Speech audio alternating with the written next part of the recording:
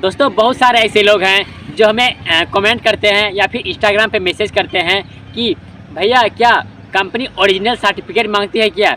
या फिर दूसरा सवाल उनका ये आता है कि हमारा एज 25 है, 26 है, 30 है या फिर मतलब 40 प्लस है। दोस्तों आज हम दो टॉपिक को कवर करने वाले हैं कि कंपनी ओरिजिनल सर्टिफिकेट मांगती है कि नहीं, या फिर कंपनी आपको ज्वाइनिंग के टाइम क्या क्या सर्टिफिकेट मांगती है। ये पहला टॉपिक हो गया।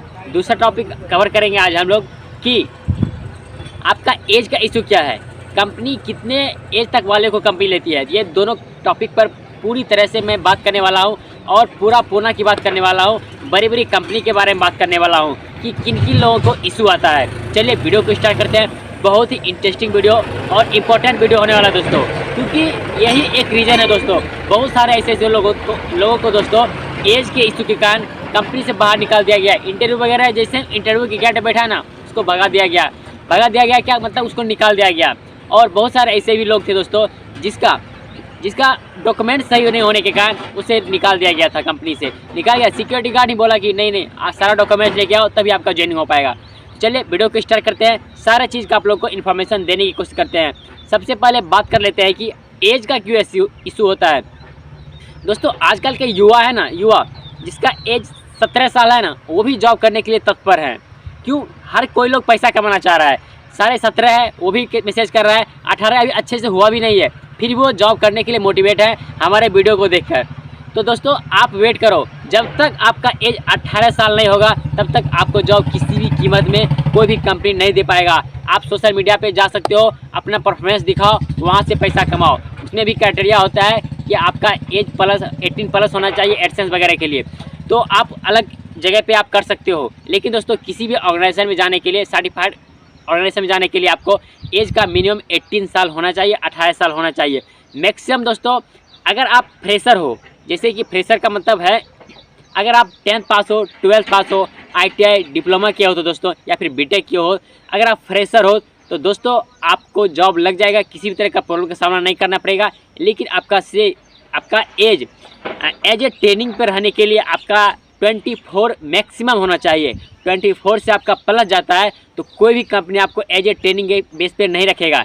चाहे टाटा, महिंद्रा या फिर छोटी छोटी कंपनियों की बात कर लें, कोई भी कंपनी आपको नहीं रखेगा जब आपका एज 24 से प्लस हो जाएगा। चाहे आपका DAT हो गया, DET हो गया, GAT हो गया, GET हो गया, किसी भी तरह से आप एलिजिबल नहीं होंगे कंपनी में इंटर करने के लिए एज ए ट्रेनिंग बेस पे। हाँ, कॉन्ट्रैक्ट बेस पे आपको जॉब लग जाएगा, कोई तरह का प्रॉब्लम का सामना नहीं करना पड़ेगा। लेकिन as a on roll job पाने के लिए, मतलब कंपनी पे बेस पे जॉब पाने के लिए, ट्रेनिंग पे बेस जॉब पाने के लिए आपका एज 24 से कम होना चाहिए।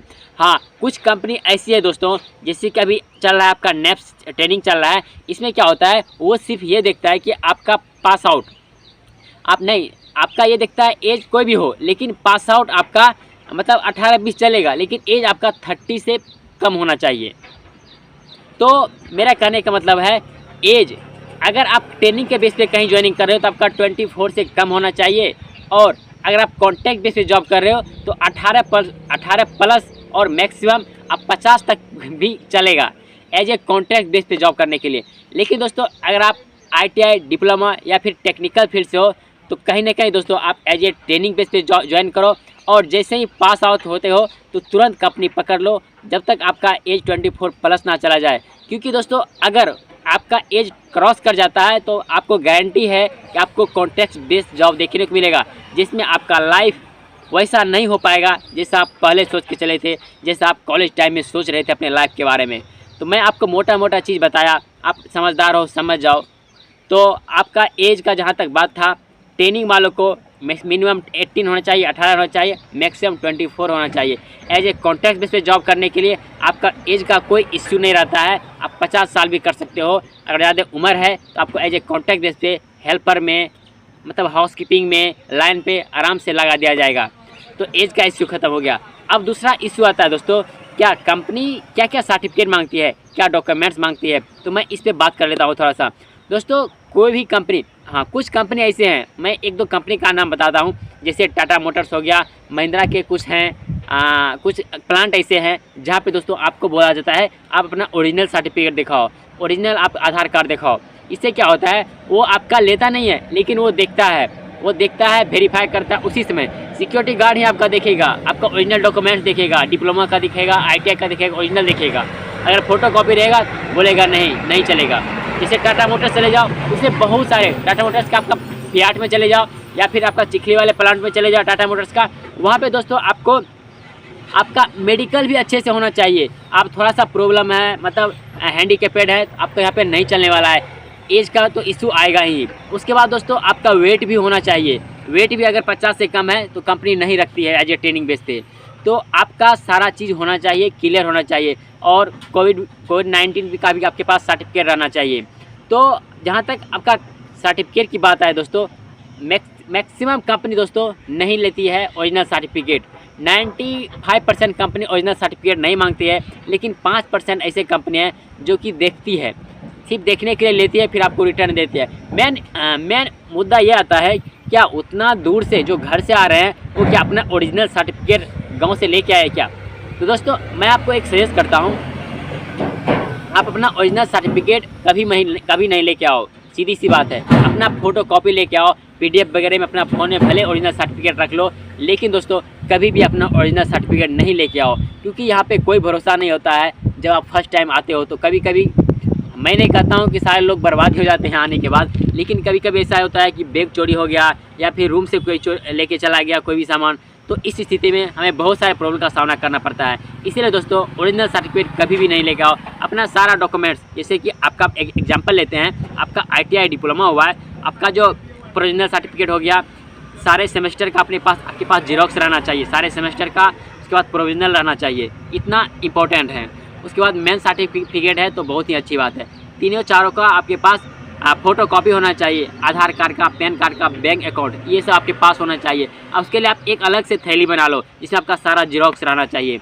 और मतलब एक एक करके कंपनी घूमो। ये मतलब नहीं है कि यहाँ पर एज का इशू आ गया या फिर आपका डॉक्यूमेंट्स यहाँ पे ओरिजिनल सर्टिफिकेट मांग रहा है, तो ऐसा नहीं करो।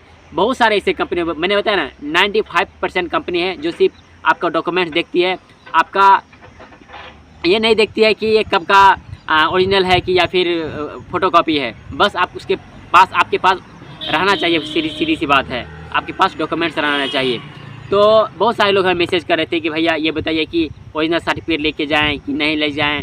तो बहुत सारे लोगों का कमेंट आ रहा था और सबसे ज़्यादा मैसेज आ रहे थे इंस्टाग्राम पे। मैंने सोचा इस पर एक अच्छा सा वीडियो बनाया था। तो ओरिजिनल सर्टिफिकेट कोई भी कंपनी नहीं मांगती है। हाँ, मैंने बताया जैसे कि टाटा महिंद्रा के कुछ प्लांट हैं, जैसे टाटा कौन प्लांट क्या, चिखली भी चले जाओगे ना या फिर फियाट भी आ जाओगे ना, वो आपका हर चीज़ देख लेगा, सीधी सी बात है। हाँ, कभी कभी नहीं देखता है, जब उसको ज़्यादा रिक्वायरमेंट, ज़्यादा लोग आते हैं ना, तो अलग अलग तरह के बहाने भी करते हैं कंपनी वाले, ये दिखाओ, फलाना देखा, ढिकाना देखा, ये नहीं है, एज का इशू है, वेट का इशू है। लेकिन जब उसको रिक्वायरमेंट होती है तो सबको धरले से ले लेता है, जाओ जाओ इंटरव्यू दो, यहाँ से जाओ वहाँ से करने लगता है।